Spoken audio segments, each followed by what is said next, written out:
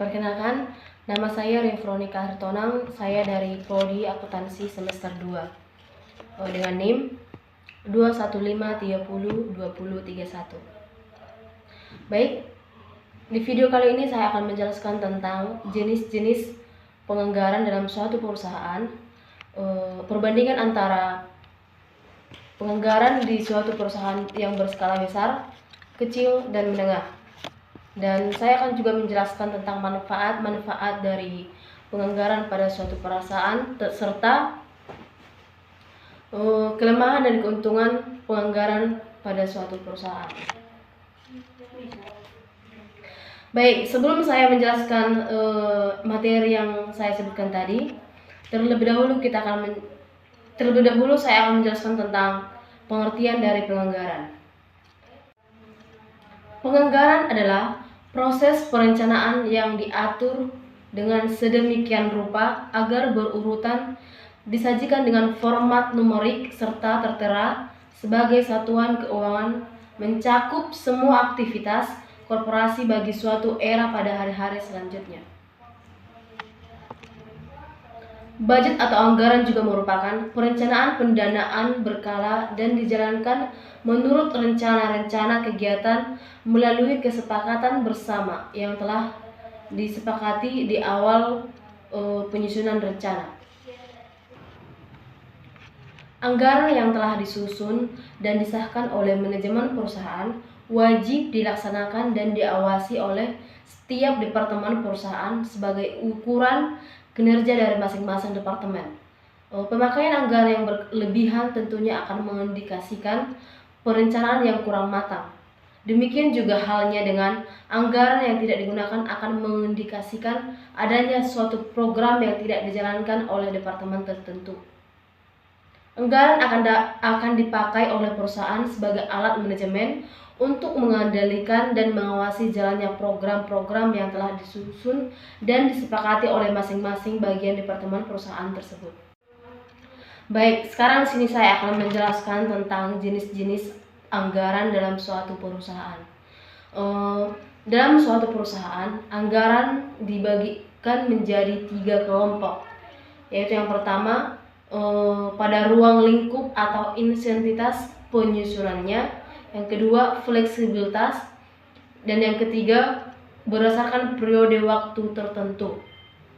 Oke, yang pertama sesuai area atau tempatnya. Penganggaran dikelompokkan dalam kedua. Yang pertama yaitu penganggaran sebahagian atau parsial. Penganggaran sebahagian atau parsial adalah penganggaran cakupan areanya dibatasi, antara lain penganggaran khusus departemen operasional saja ataupun hanya departemen administrasi. Contohnya penganggaran dalam barang produksi atau dalam bentuk barang ataupun dalam bentuk uang. Yang kedua, penganggaran menyeluruh atau komprehensif. Penganggaran menyeluruh atau komprehensif adalah penganggaran yang cakupan areanya meliputi semua departemen, di mana program-programnya mencakup semua kegiatan korporasi di bidang pemasaran, produksi, finansial, dan sumber daya manusia. Oke, cakupan yang kedua yaitu penganggaran berdasarkan kelenturannya atau fleksibilitas.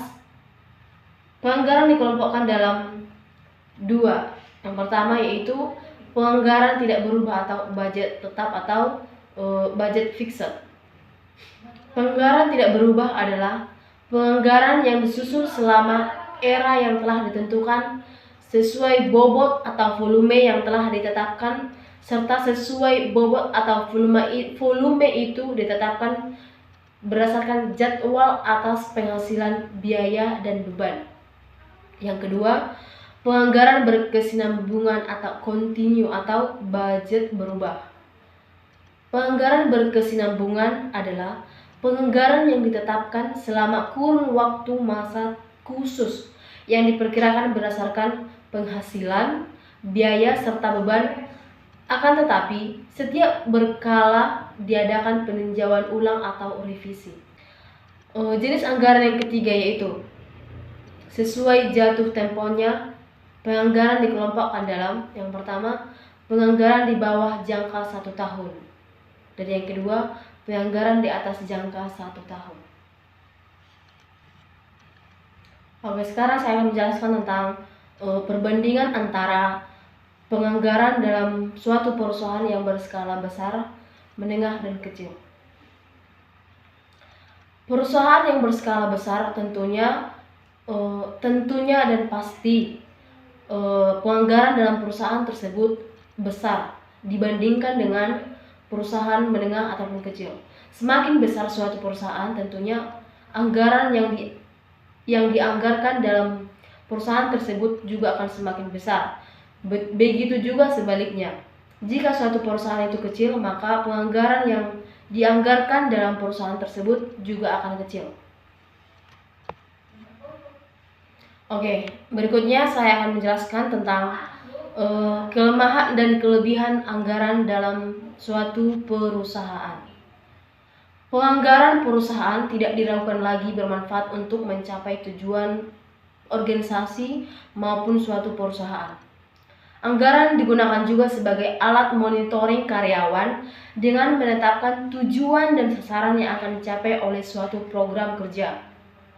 Program kerja ini akan memancing tanggung jawab karyawan sekaligus menghindari pembiayaan yang dianggap tidak begitu mendesak oleh manajemen sehingga meningkatkan efisiensi perubahan.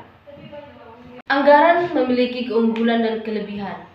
Dan sekarang saya akan terlebih dahulu menjelaskan tentang keunggulan dari penganggaran.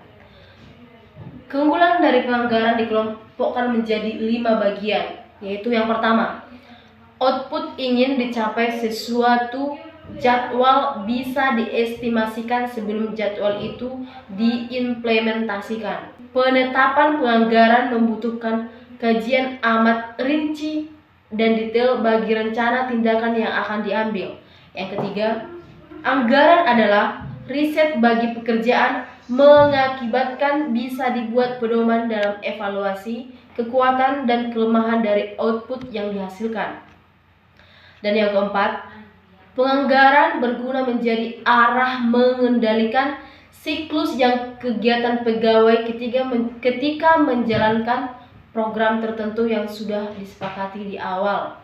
Dan yang kelima, masing-masing pimpinan departemen diikutsertakan untuk membuat penganggaran sehingga menciptakan rasa turut terlibat dalam penyusunan anggaran tersebut atau sense of participation.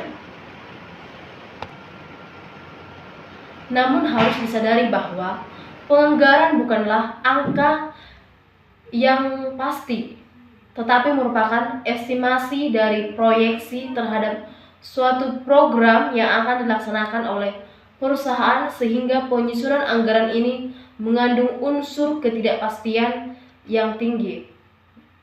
Anggaran perusahaan harus disusun secara cermat dan teliti agar menghindari pelaksanaan anggaran yang tidak efektif. Contohnya penganggaran yang tidak terlalu penting misalnya. Selain keunggulan, penganggaran juga memiliki beberapa kelemahan, yaitu yang pertama, ketika membuat penganggaran, taksiran yang digunakan tidak pasti sesuai dengan fakta yang ada. Yang kedua, acapkali kondisi yang dipakai dalam penyusunan anggaran terdapat perubahan yang melampaui apa yang telah disusun sebelumnya. Dan yang ketiga, tim yang ditunjuk untuk membuat penganggaran mengikutsertakan berbagai pihak. Dengan demikian, berpotensi menciptakan berbagai masalah dalam pengkoordinasian antara departemen sehingga bisa saja menghalangi proses penganggaran atau terjadi suatu permasalahan. Dan yang keempat, pembuatan penganggaran pastinya melibatkan evaluasi yang tidak objektif dari pengambilan keputusan, khususnya ketika data dan informasi yang kurang memadai. Oke, selanjutnya saya akan menjelaskan tentang manfaat atau kegunaan dari anggaran dalam suatu perusahaan. Anggaran akan dipakai oleh perusahaan sebagai alat manajemen untuk mengendalikan dan mengawasi jalannya program-program yang telah disusun dan disepakati oleh masing-masing bagian atau departemen perusahaan tersebut. Oke, tadi saya sudah menjelaskan pengertian dari anggaran dan anggaran. Dan sekarang saya akan menjelaskan tentang manfaat dan kegunaan dari anggaran tersebut.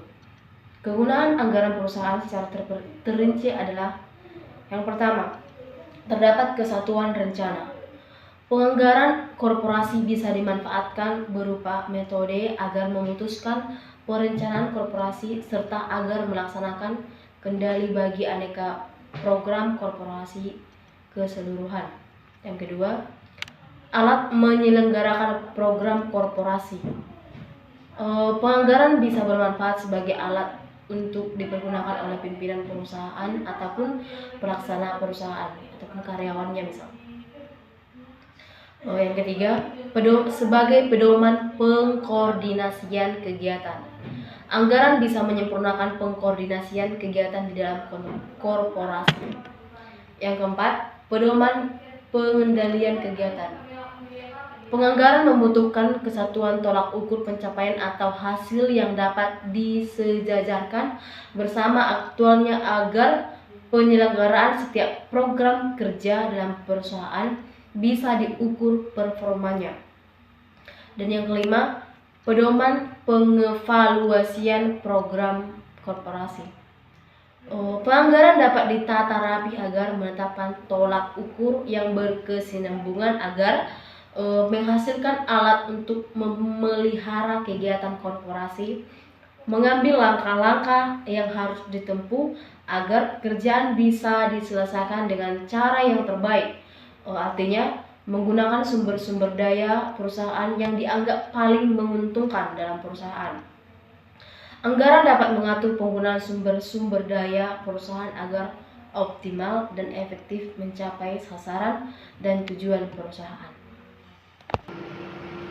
Dengan demikian, dapat disimpulkan bahwa anggaran adalah alat yang sangat berguna ketika bisnis berjuang dengan pengeluaran terlalu banyak dan menerima terlalu sedikit.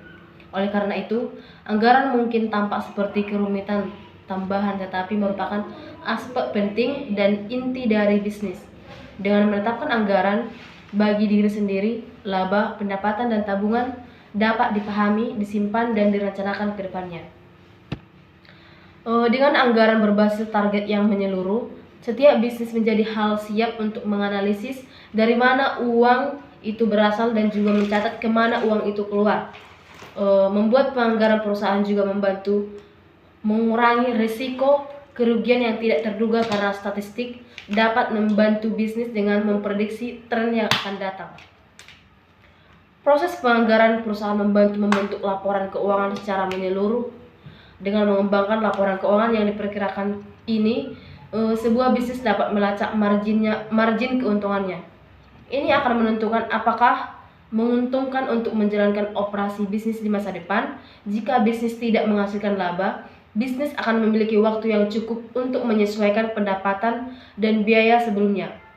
Mendapatkan keuntungan adalah faktor yang paling penting karena menjalankan bisnis tanpa menghasilkan keuntungan, bisnis tidak bisa berharap untuk bertahan lama di masa depan. Baik, mungkin itu saja yang dapat saya sampaikan untuk di video ini. Dan kita akan bertemu di video selanjutnya. Terima kasih sudah menonton. Bye bye. Jangan lupa like dan subscribe dan share ke teman-teman kalian ya. Thank you.